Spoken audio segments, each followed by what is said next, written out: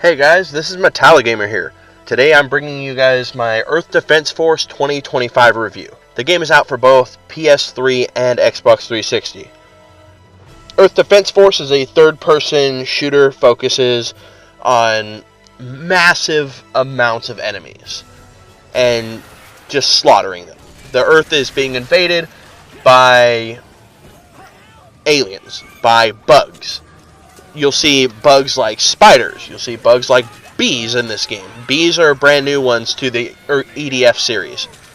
There's spiders, there's ants, there's aliens, including there are robots, so not all of them are bugs. There's spaceships that will just swarm at you by the thousands. And it's made by D3 Industries.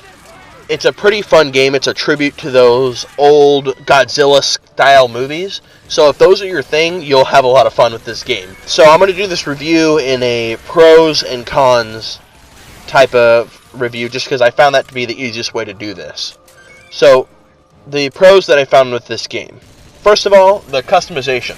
There's actually a fairly decent amount of customization available in the game, including the weapons.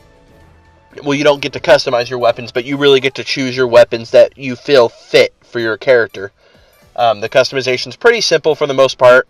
You get to choose your character class, whether it be a character that can fly, or a character that's meant purely for infantry, something that's meant more for vehicles, or a heavy that can hold the most weapons and destroy the most enemies in the short period of time.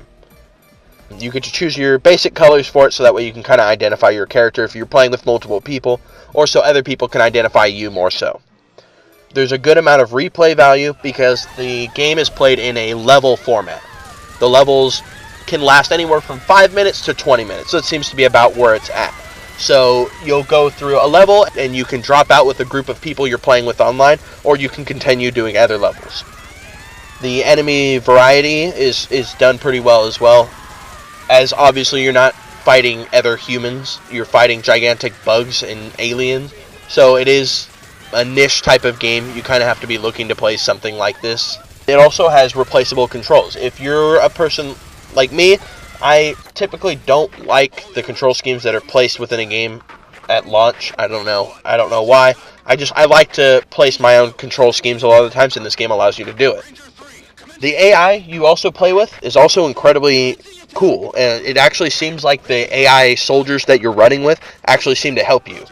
Unless you're playing in the harder difficulties, which they don't do much. They kind of just distract enemies for short periods of time, so that way you can pump as many bullets as possible. And then the replay value is also a big factor into the game. You're left with multiple difficulties. You have 5 difficulties, which is easy, normal, hard, hardest, and inferno.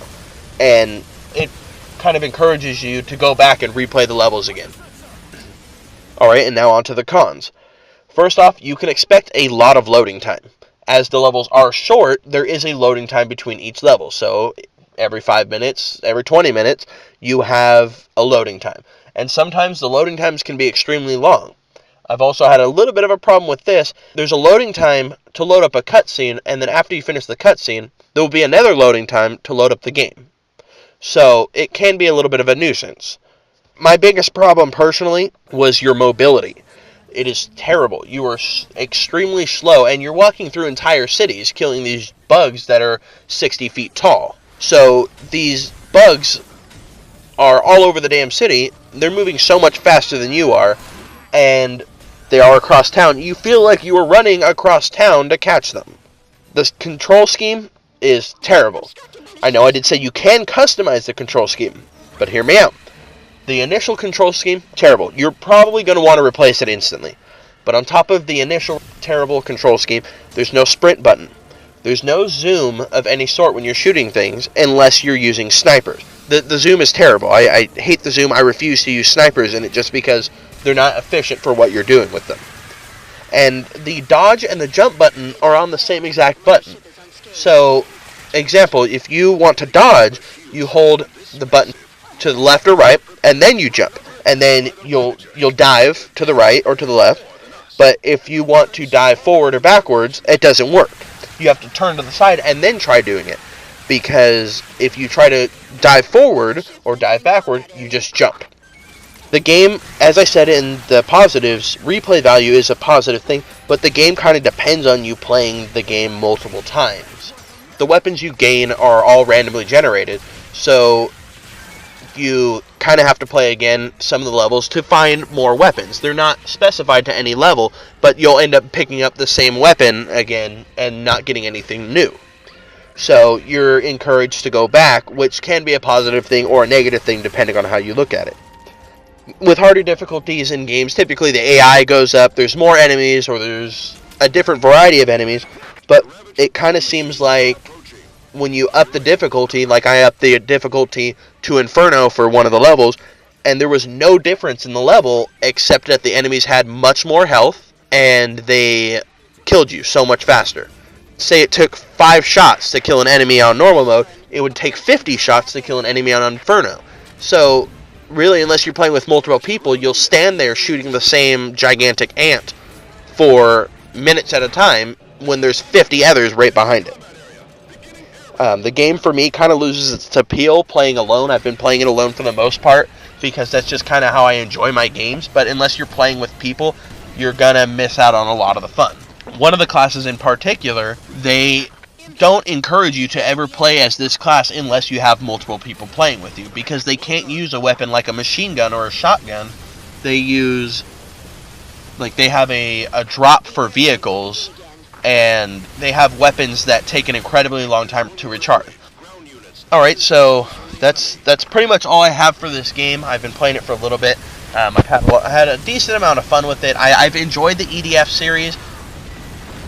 Being that D3 is a lower budget game developer, you don't expect AAA titles out of them like Assassin's Creed or Call of Duty.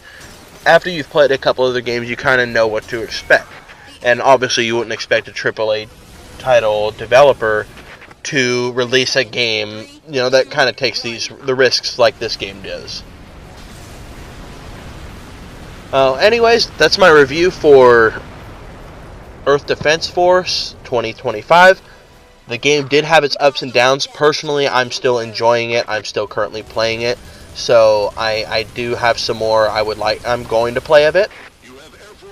But I really couldn't tell you how long, because I feel like my personal appeal of it is kind of going down. It is a very fun idea, and like I said, is a tribute to the people who love those old style movies of monsters attacking Japan. You'll quite enjoy this title. If you do pick it up, I would recommend picking it up with a group of friends, because I promise you'll have a lot more fun. Oh, as well, the game does have split screen. It does have 2-player split screen, 2 people playing on the same console. Thing you don't see very much in video games anymore. A lot of times they eliminate split screen, and this game does have split screen. So if you're playing with one of your buddies and only have the money to buy one copy, the entire EDF series is split screen. So I'd recommend picking them up if you're just looking for one of those kind of sit down and play out of the ordinary games. Well, anyways, that's my review. I'm going to give Earth Defense Force 2025 a 68 out of 100, which would be a D+. Alright, so anyways, guys, I hope you guys enjoyed the review. If you like the videos, as always, like, subscribe, and I'll see you next time. Stay fucking metal, guys.